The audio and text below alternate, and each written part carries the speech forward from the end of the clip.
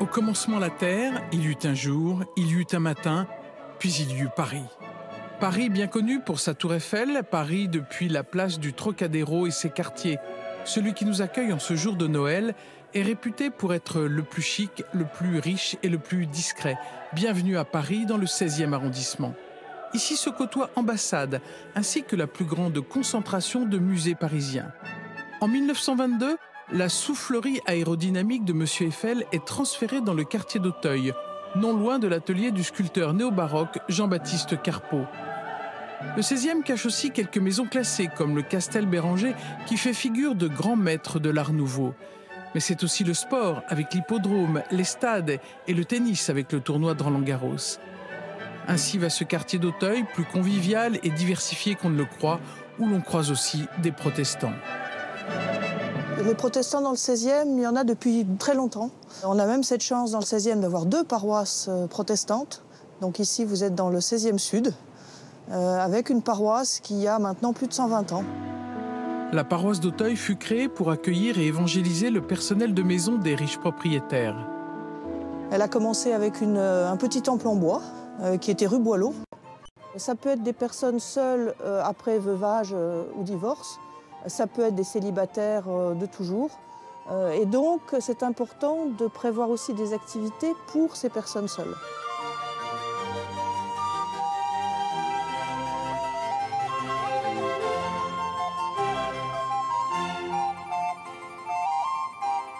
On a travaillé avec les enfants de l'école biblique et du catéchisme pour préparer le culte de Noël, pour qu'ils soient des acteurs de ce culte, pour qu'ils comprennent ce qui s'est passé à Noël.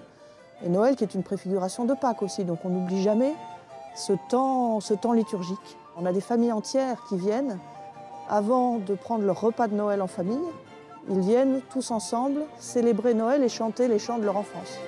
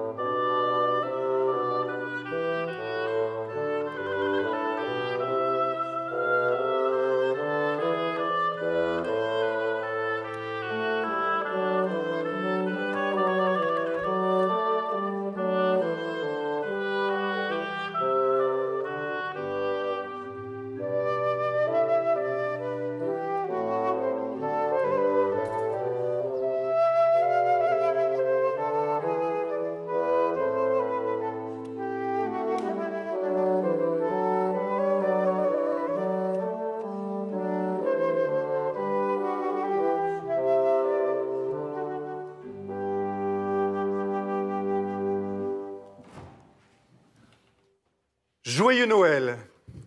Noël, c'est Jésus qui vient. Jésus est né, c'est Dieu qui nous visite. Jésus a dit, « Celui qui m'a vu a vu le Père ». Jésus nous conduit vers Dieu parce qu'il est venu sur terre et qu'il était sa parole vivante, un homme totalement transparent à Dieu. Il a dit, « Demandez et l'on vous donnera. Cherchez et vous trouverez. Frappez et l'on vous ouvrira, car quiconque demande reçoit, qui cherche trouve. À celui qui frappe, on ouvre. Bienvenue à vous qui cherchez un chemin de vérité pour votre vie. » 3 mages vinrent trouver Jésus en suivant l'étoile et repartirent par un autre chemin ce matin. Ce matin, les enfants entrent et reçoivent le geste de la bénédiction. Ils apportent, comme les mages, 3 cadeaux: l'or, l'encens et la myrrhe. Ce sont la royauté de Jésus, symbolisée ici par une couronne. L'encens, c'est la prière rendue possible avec Dieu que l'on symbolise avec une colombe, parce que, vous savez, à son baptême, l'Esprit descendit sur Jésus sous la forme d'une colombe. Enfin, le sacrifice de sa vie, prophétisé par la myrrhe, symbolisé par la croix.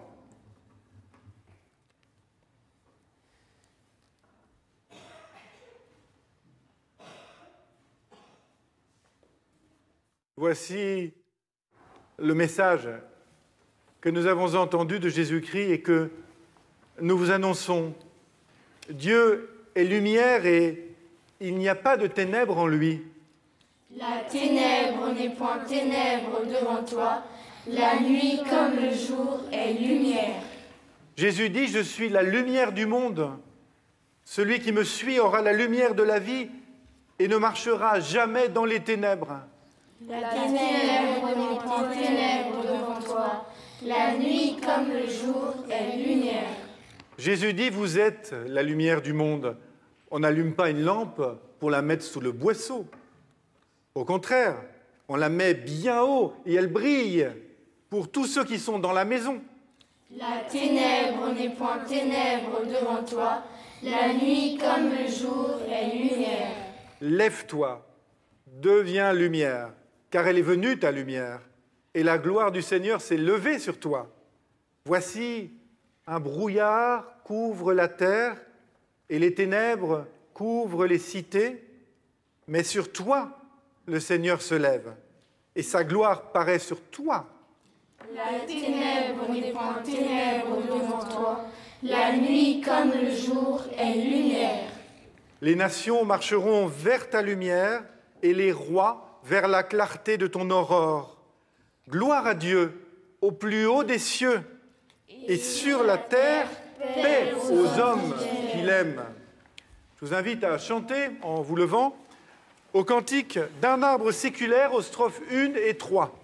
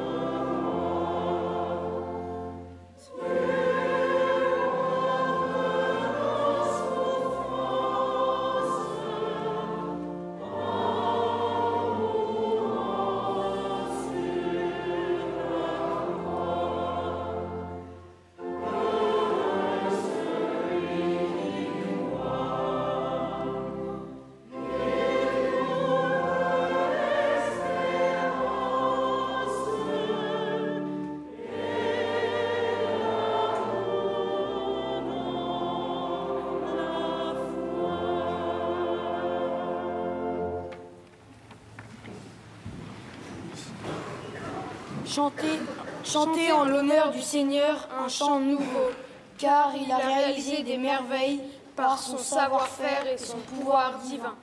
À la face du monde, le Seigneur a montré qu'il était le Sauveur. Il a révélé sa loyauté. Il n'a pas oublié d'être bon et fidèle. Jusqu'au bout du monde, on a pu voir que notre Dieu nous a sauvés. Gens du monde entier, acclamez le Seigneur. Dans votre enthousiasme, poussez des cris de joie, célébrez-le en musique. Célébrez le Seigneur avec la lyre et aux accords de l'orchestre. Célébrez-le au son des trompettes et du cor. Lancez vos acclamations en l'honneur du roi du Seigneur.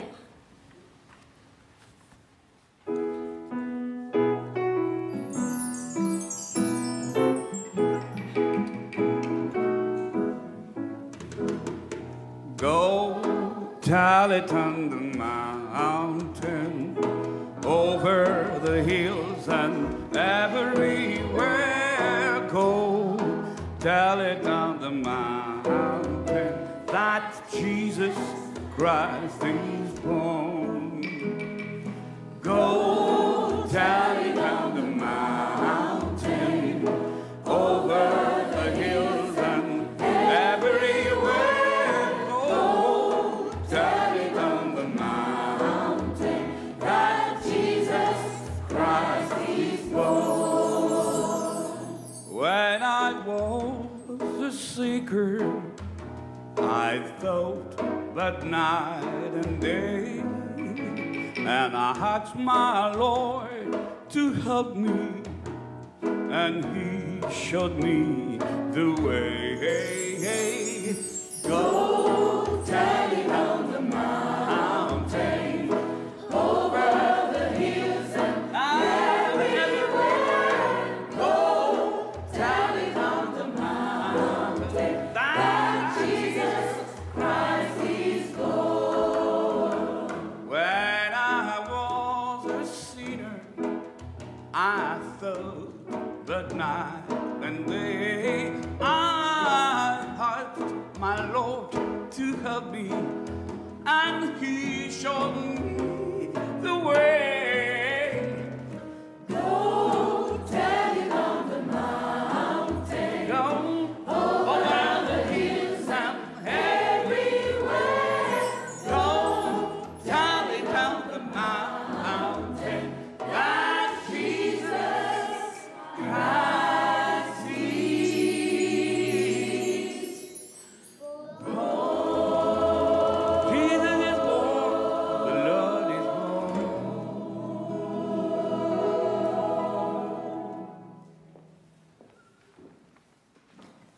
Let us exalt his name together. Je veux bénir l'Éternel en tout temps. Sa louange sera toujours dans ma bouche. Que mon âme fasse toute sa fierté de l'Éternel, que les humbles écoutent et se réjouissent. Dites avec moi la grandeur de l'Éternel, célébrons tous son nom. J'ai cherché l'Éternel et il m'a répondu, il m'a délivré de toutes mes frayeurs. Quand on tourne les regards vers lui, on est rayonnant de joie et le visage ne rougit pas de honte. Quand un malheureux crie, l'Éternel entend et il le sauve de toutes ses détresses. L'ange de l'Éternel campe autour de ceux qui le craignent et il les arrache au danger. Goûtez et voyez combien l'Éternel est bon. Heureux l'homme qui cherche refuge en lui. Craignez l'Éternel, vous ses saints, car rien ne manque à ceux qui le craignent. Les lionceaux connaissent la disette et la faim, mais ceux qui cherchent l'Éternel ne sont privés d'aucun bien. Venez, mes fils, écoutez-moi. Je vous enseignerai la crainte de l'Éternel. Qui donc aime la vie et désire voir des jours heureux? Alors, préserve ta langue du mal et tes lèvres des paroles trompeuses. Détourne-toi du mal et fais le bien. Recherche la paix et poursuis-la. Les yeux de l'Éternel sont sur les justes et les oreilles sont attentives à leurs cris.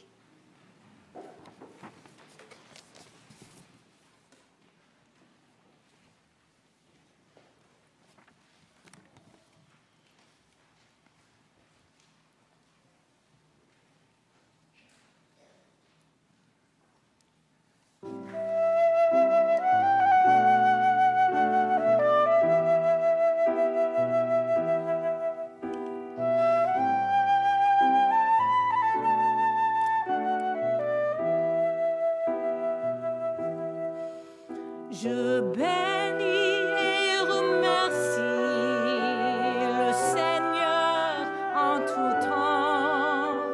Ma vie met sa fierté dans le Seigneur. Heureux sont tous les humbles de m'entendre le louer. Ensemble, nous proclamons sa grandeur. Exaltez tous ensemble le beau nom du Seigneur. J'ai crié, il m'a délivré de toutes mes frayeurs. Exaltez tous ensemble le beau nom du Seigneur. Chantons tous la grandeur de notre Dieu.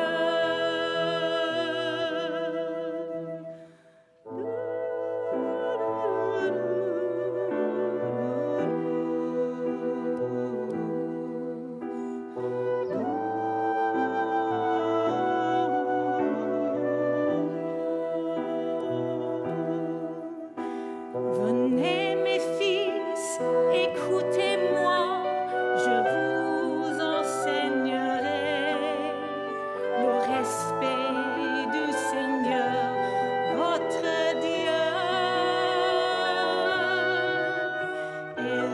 Éloignez-vous du mal, vous tous, et recherchez le bien. Et quand vous crierez, Dieu vous répondra.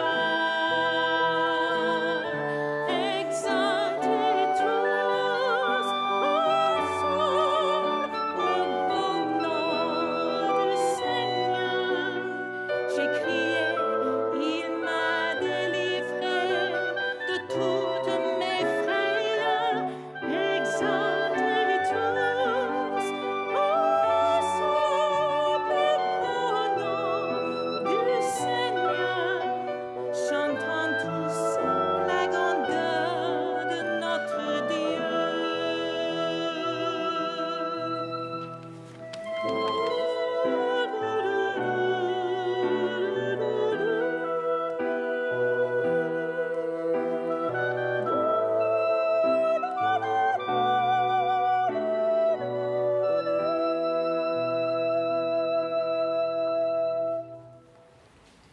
Que la mer mugisse avec ce qu'elle contient, et la terre ferme avec ses habitants. Que les fleuves applaudissent et qu'à l'unisson les montagnes crient leur joie devant le Seigneur, car il vient. Il vient pour rendre la justice sur la terre. Il sera un juste juge pour le monde, un arbitre équitable pour les peuples. Un enfant nous est né, un fils nous est donné, la souveraineté est sur ses épaules. On proclame son nom, admirable, conseiller, Dieu fort, Père éternel, Prince de la paix.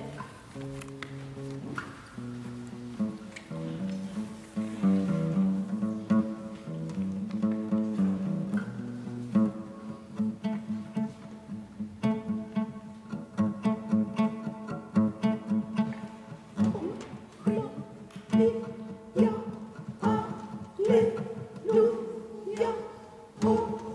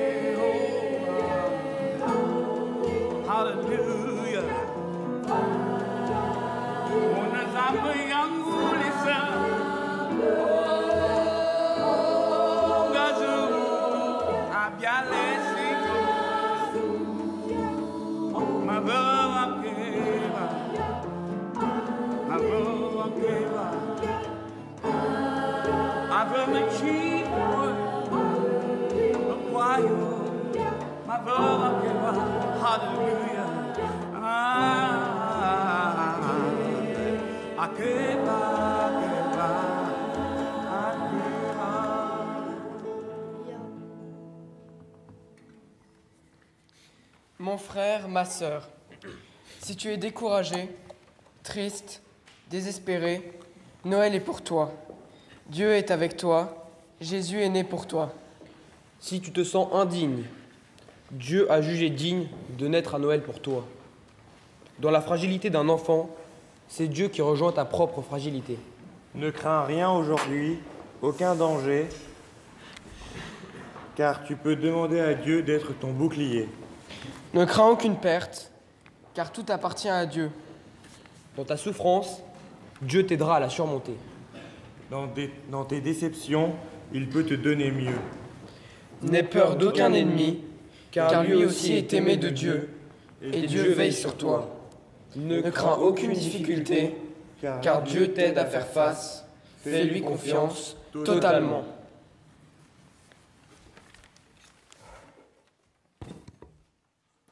Ésaïe, chapitre 11, versets 1 à 4 et 9. Puis un rameau sortira du tronc d'Isaïe, et le rejeton de ses racines fructifiera.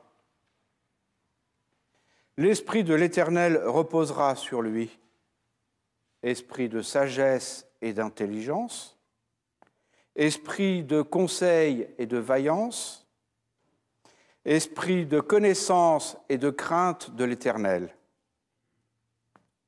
Il respirera dans la crainte de l'Éternel. Il ne jugera pas sur l'apparence, il n'arbitrera pas sur un oui-dire, mais il jugera les pauvres avec justice. Avec droiture, il sera l'arbitre des malheureux de la terre.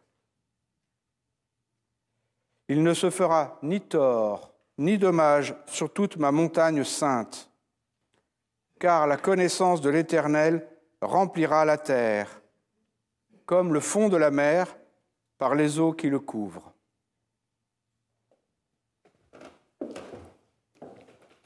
Nous lisons dans l'évangile de Matthieu au chapitre 2, les versets 1 à 11.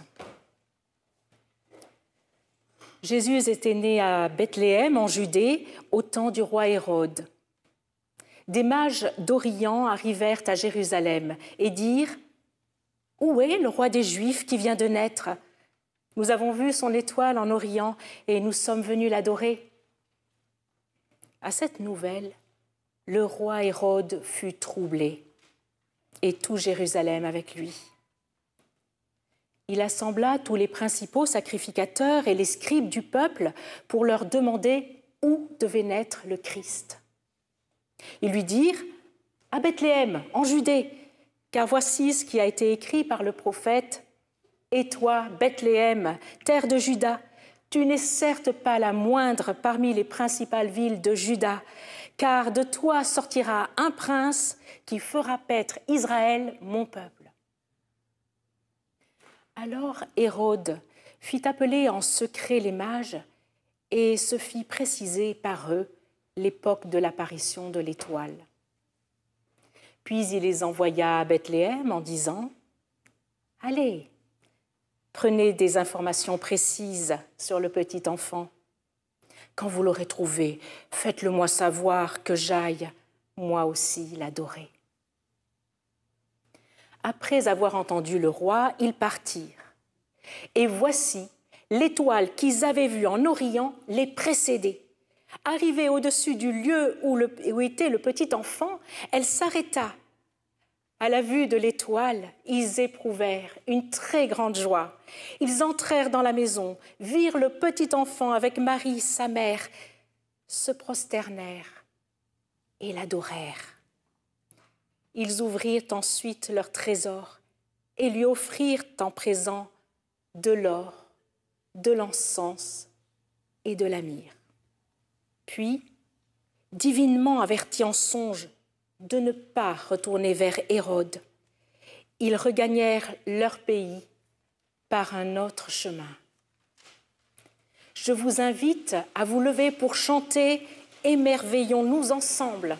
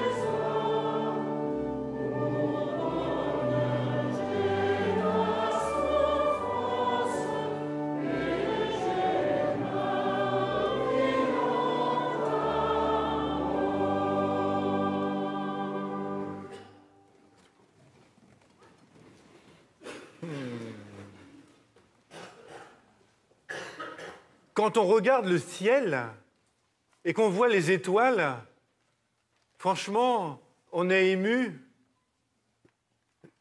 Ça vibre dans le ciel. C'est comme un clin d'œil de Dieu, c'est infini.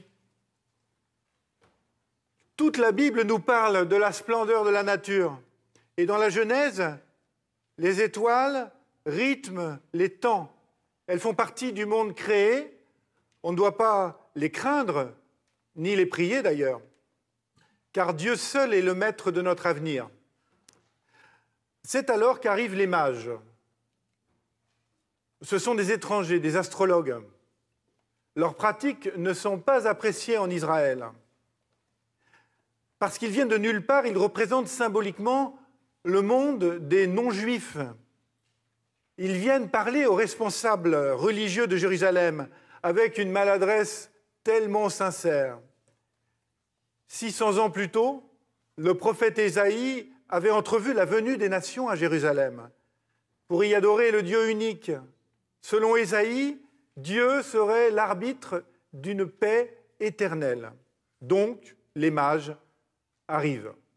Ils ont su observer, écouter, se laisser habiter par leur contemplation, et ils ont suivi leur culture. C'étaient des astrologues. Consulter les étoiles était interdit par le Dieu d'Israël, mais pour autant, Dieu ne leur en veut pas. Ils baignent dans une culture où cela se fait.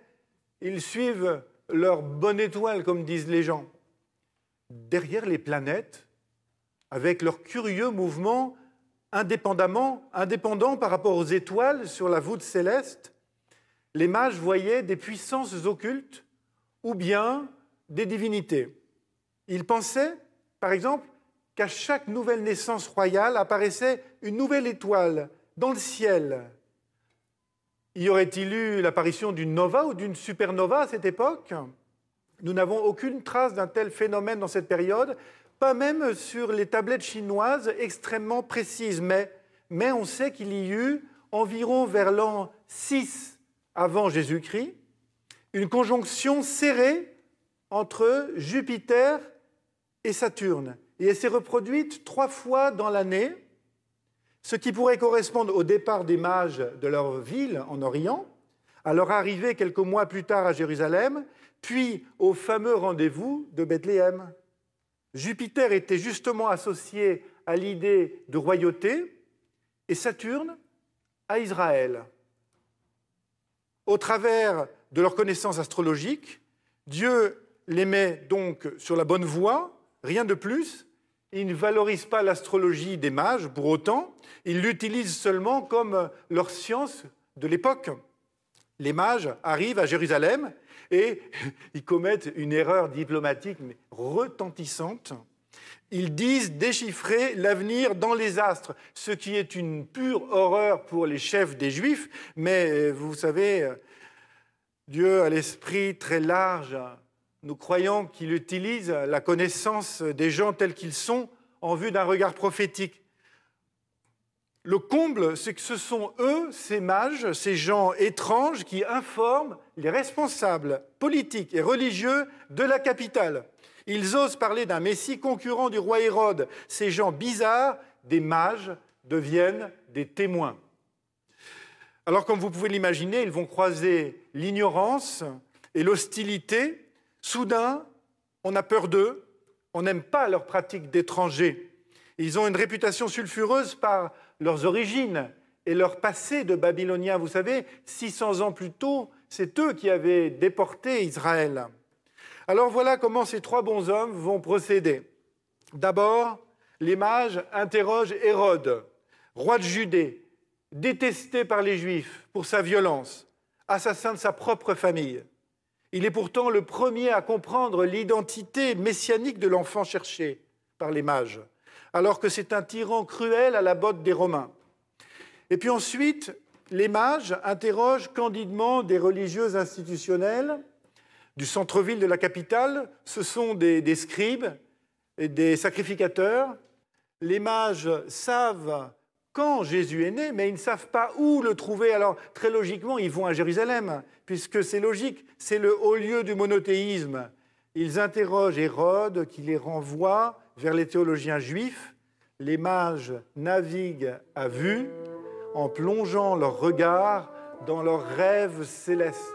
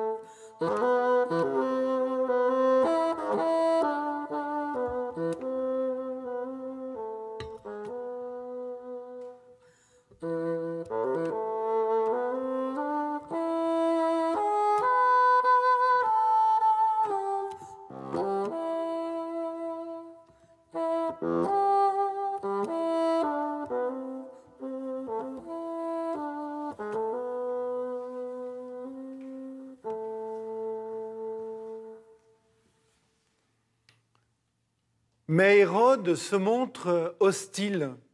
Il craint la concurrence royale. Les scribes et les pharisiens méprisent les mages à cause de leur culture différente de la leur. Les scribes vont pourtant jouer leur rôle en révélant le lieu de la naissance du Messie, tel qu'annoncé par les prophètes à Bethléem, à 9 kilomètres au sud de la capitale. C'est aussi le lieu d'origine de David, tel que le dit le prophète Samuel au chapitre 16. Et puis, selon le prophète Michée au chapitre 5, on lit « Ce lieu est aussi en lien avec la venue du Messie ». Les théologiens savent que c'était de là que viendrait le Messie, sauf que, bizarrement, leur connaissance est sans résultat. Ils ne vérifient rien.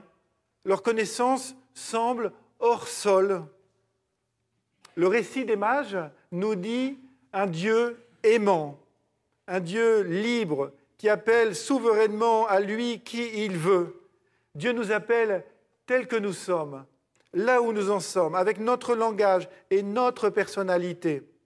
Dieu nous rejoint là où nous sommes, il nous connaît, il nous respecte dans nos différences. Il peut utiliser notre expérience, peut-être balbutiante, approximative ou idolâtre, il peut utiliser même notre passé, rendre droit ce qui était tordu, bénir ce qui était maudit, faire ressusciter ce qui était enfoui dans la mort. Vous voyez, les mages arrivent vers les tables et ils adorent avec une immense joie. C'est pour eux une rencontre totalement décisive, existentielle, qui va bouleverser toute leur vie. La fin du récit le montre bien. Dieu les avertit en songe de ne pas repasser voir Hérode et de retourner chez eux par un autre chemin, c'est-à-dire, il me semble qu'ils quittent leur chemin d'astrologie parce qu'ils n'en ont plus besoin. Ils ont la parole de Dieu. Elle est indispensable pour croire non pas en n'importe quel Dieu, mais en ce Dieu aimant, qui est venu en Jésus, petit enfant, chercher et sauver ce qui était perdu. Oui, les mages ont interprété leurs rêves, ils sont rentrés par un autre chemin, ils sont venus par le chemin de leur croyance, ils repartent néanmoins par celui de la foi en Jésus. Et vous, si vous me permettez de vous poser la question, de quelle vie rêvez-vous pour la prochaine année ? Oserez-vous laisser Dieu vous faire passer par un autre chemin ? Laisserez-vous vos rêves vous parler ? Imaginez une alternative, une autre façon d'être ?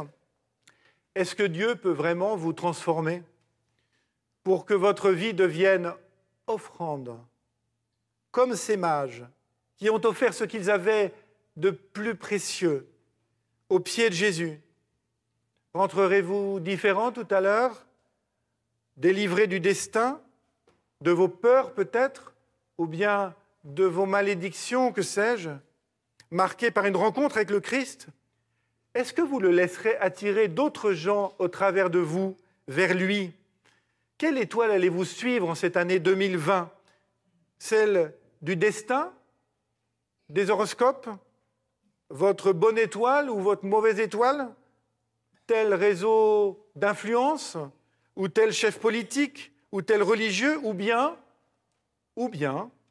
voulez-vous confier votre vie au seul Sauveur, la brillante étoile du matin, la lumière du monde? Je vous invite à chanter au cantique, au peuple fidèle, aux strophes 1 et 3.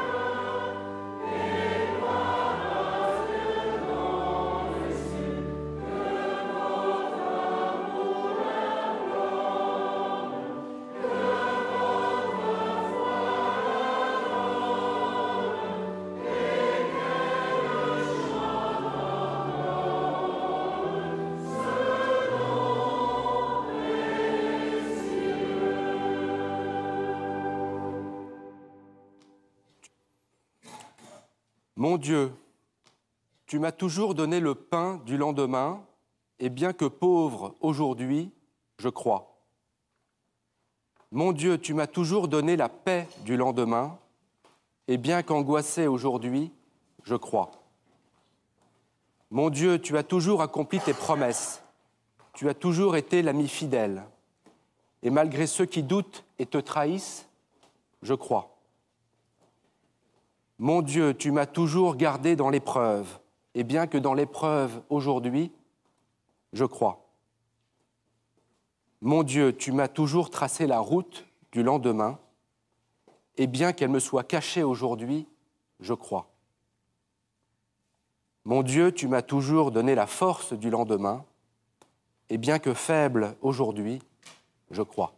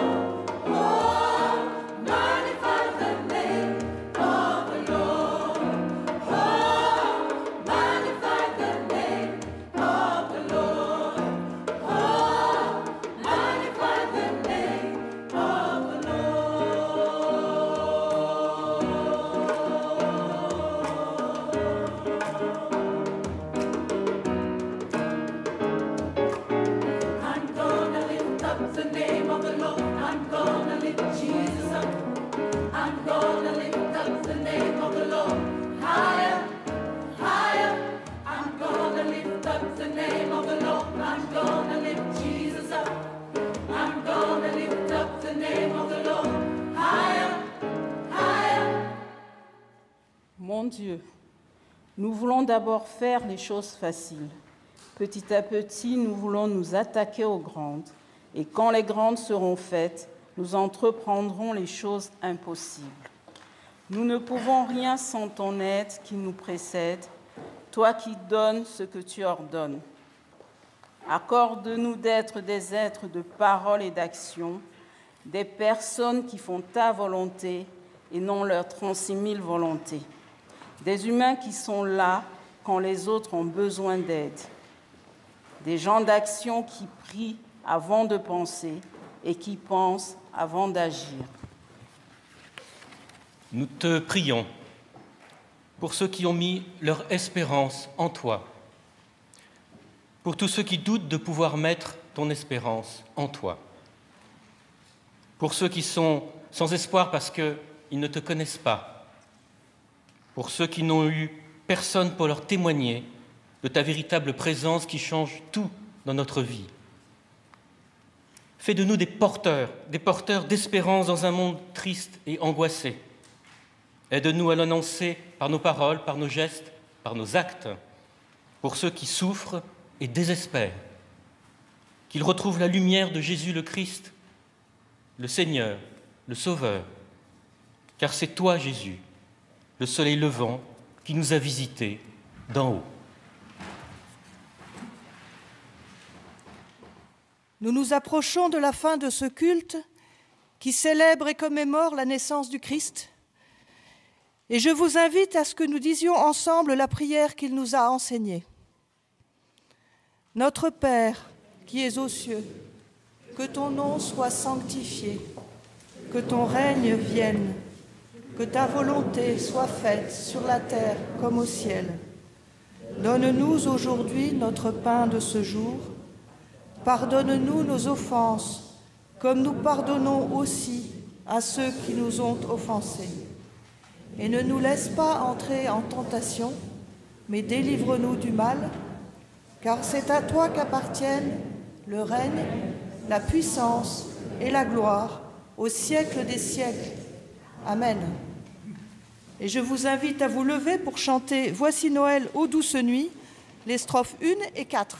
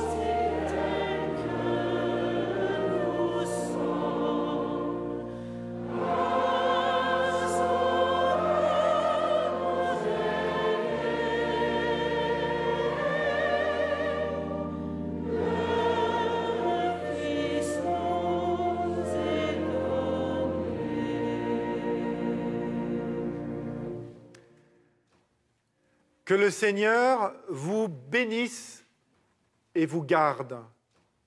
Qu'il fasse de vous des gens vivants, rayonnants, des visionnaires, des témoins du Christ, qui le laissent agir jusqu'à guider et transformer leur vie.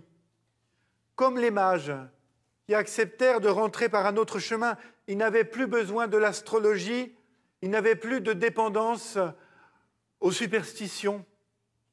Ils avaient découvert le Dieu vivant, le Dieu libérateur.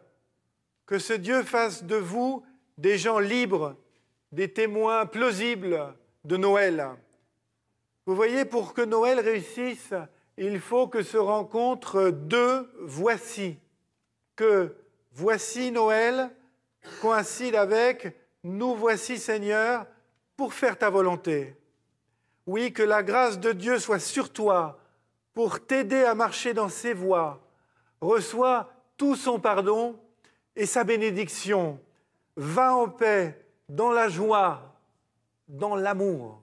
Excellent Noël.